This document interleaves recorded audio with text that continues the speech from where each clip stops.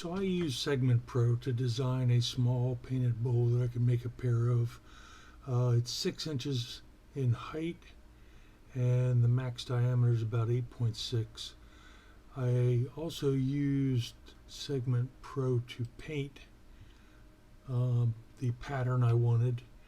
I then went to Summary and I exported this plan to a spreadsheet. In the spreadsheet, I formatted it the way I wanted it. I color coded it by the row width or the thickness of the wood to make it easy to quickly come up with a wood cut list so I could rip all the wood at once. So here is the pile of wood. I've got some fairly wide pieces for making the bottom ring, and then there's another ring that's a little bit fatter. So I've got all the wood ready to slice up.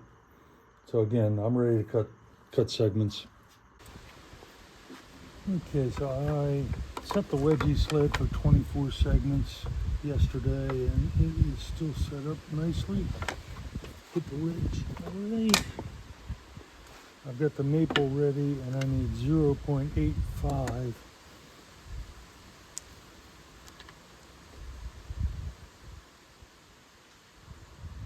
It's going to be pretty close.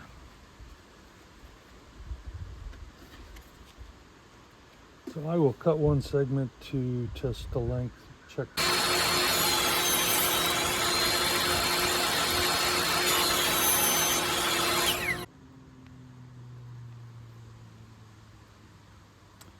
So at 0.81, I need to be 0.04 longer.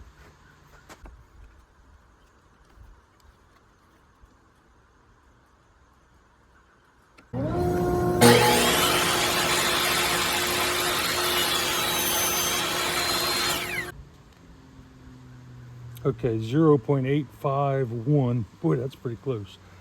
Okay, so I'm good to go. I'll cut the rest of the segments. I'll just show cutting a few of the segments and you'll get the idea.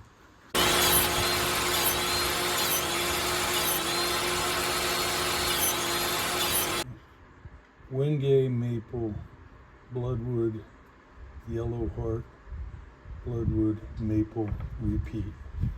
So that's my pattern, and I'll continue putting the rest of the ring together.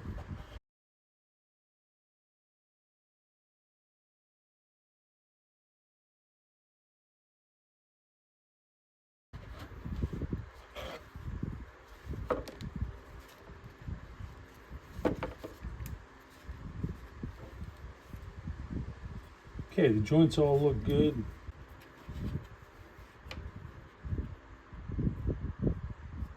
Diameter is supposed to be 6.5 inches, and it's almost that. It's 6 7/16, and the same the other way. So pretty close. So I checked off that ring. The next one,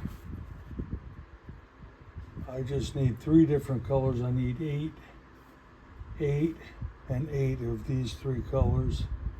Segment length needs to be 0.935.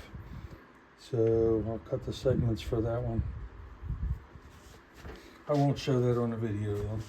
This is the pattern for this next ring. It is 2 wenges, a maple, 2 bloodwoods, a maple, and repeat. So I'll continue building that ring using that pattern.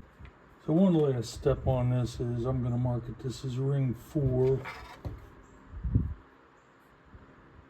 And since I'm going to split it, I mark it in here so that both halves of it have a 4 on it.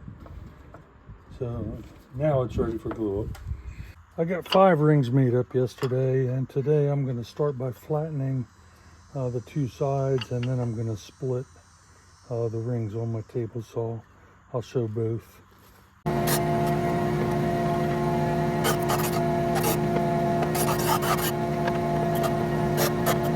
So the rings are all flat, and they're all about 0.86 inches thick. And now I'm going to try to split them. I'm trying to get two 3/8" rings. So it's critical to get this set up on this almost perfect. I've got the fence set where eyeball it was in the middle, and I just made a very, very small cut, and I measured and it's pretty doggone close to the middle. I don't think I can do much better. So I'm going to go ahead and split this ring. I'll show that one on video. It'll take 2, probably 3 passes.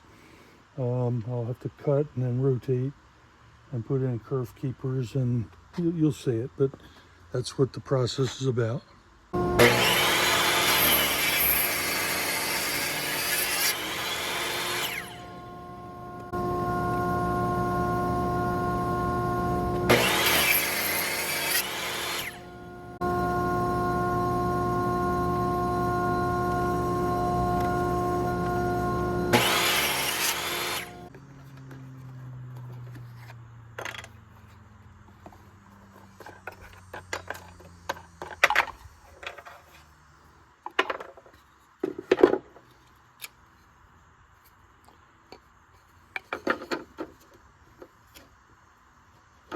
They are almost perfectly in the middle. So since all the rings are the same, I can use the same setup over and over. And then I will flatten these on the drum sander. So I now have 10 rings, 4 more are down there. 10 rings, all cut in half.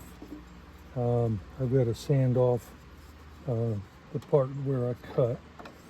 And I've got these all arranged up so that only the cut side needs to be flattened because the other sides were already flattened.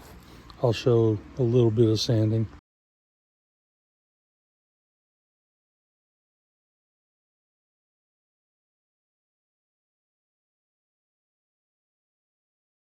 Okay, I have this next ring added, ready to add on. I did sand this one flat, which seems like overkill, but I think it works. So this one needs to have the 2 red blocks on top of the yellow block. Orientation becomes critical now, because if it's off, it screws it, it'll mess up the whole pattern. So I'll do a little bit of a rub joint, and then get the 2 reds right in the middle of the yellow.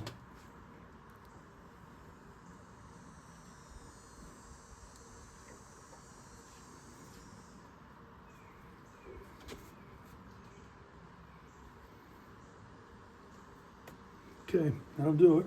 Time to add the next ring.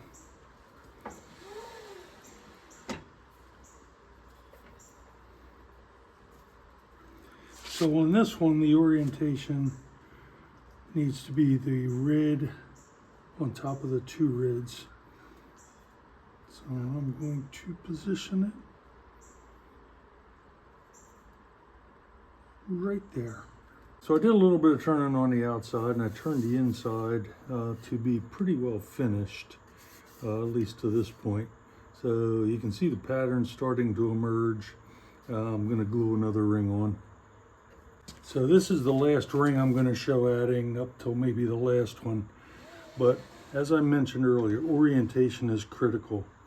So the orientation on this one needs to be this double white at the midpoint of the red.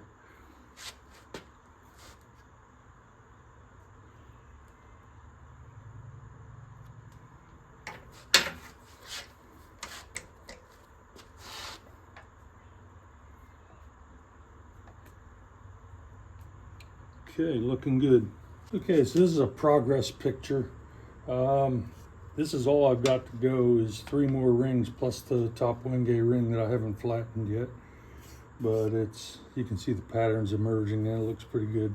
Final turning is done inside and out. It's ready for sanding. I have to wear these gloves and long sleeves when I'm turning bloodwood because it makes me break out in a rash.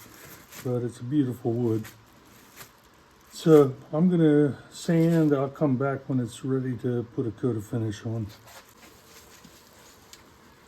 So the sanding is complete and it's ready for a coat of friction polish.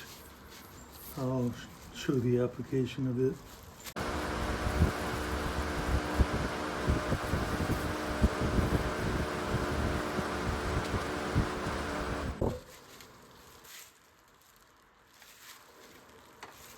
Well, that looks pretty good.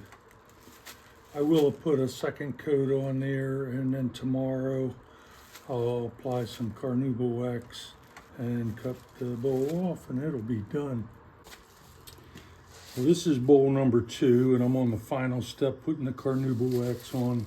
I'll video a little of it.